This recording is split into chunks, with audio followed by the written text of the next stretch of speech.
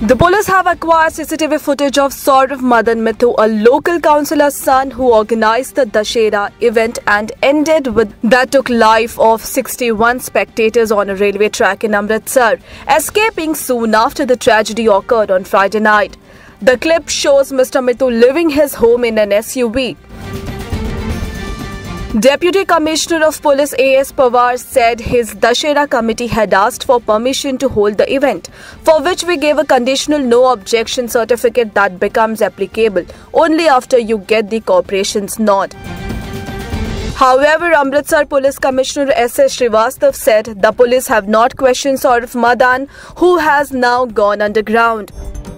The accident took place on the railway track, which is under the jurisdiction of GRP.